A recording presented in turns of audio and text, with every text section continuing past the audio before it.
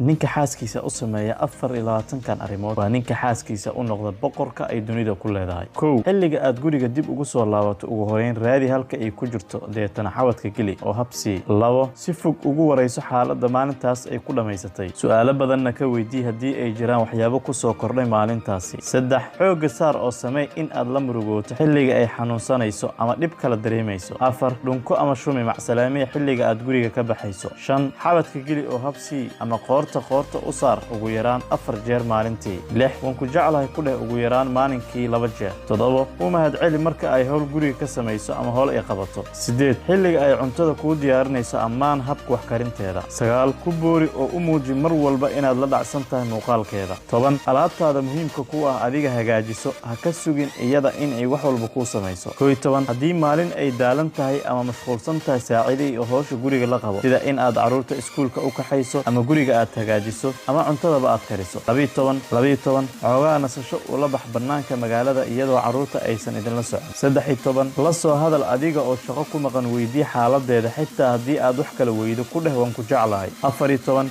xilliga aad guriga ku soo laabato oo aad akhrinayso wargeyska ama TV-ga daawanayso si ugu yaraan 15 daqiiqo si aad iyada u dhageysato warkeeda. 15 marka aad la hadlayso gacanteeda saar qayb ka mid ah jirkeeda sida garabka ama dhabarka. 16 la soo hadal oo ku wargeli haddaad maalintaas soo dibdhacaysid oo aadan imaanaynin waqtigii aad guriga tagi jirtay. 17 marka aad safarka magaalada ka baxsan aadayso la soo xiriir una sheeg in magaaladii aad rabtay aad si nabada ku gaartay. u qorshay maalmo aad magaalada u baxaysaan hana dhibsan haddii ay ku soo daahdo labiska ama isdiyaarinta. 19 waxa u baahan in la sameeyo ee guriga yaala ama la doonayo in la keeno liis u qoro isla markaana keen hana ka sugin in ay iyada ku wargeliso. 20 kaga nixi hadiyado yaryar xilliyada qaarkood sida tiro ubaxyo ah, chocolate, macmacaanka noocyadiisa kala duwan oo ay haweenka jecel yihiin. 21 haddii ay xanuunsan tahay weydii xaalkeeda mar walba isla markaana xasuusi xilliga ay daawada isticmaali lahayd si aysan u iloobin. 22 xilliga jiifka ama hurdada kadib ha kadib dhicin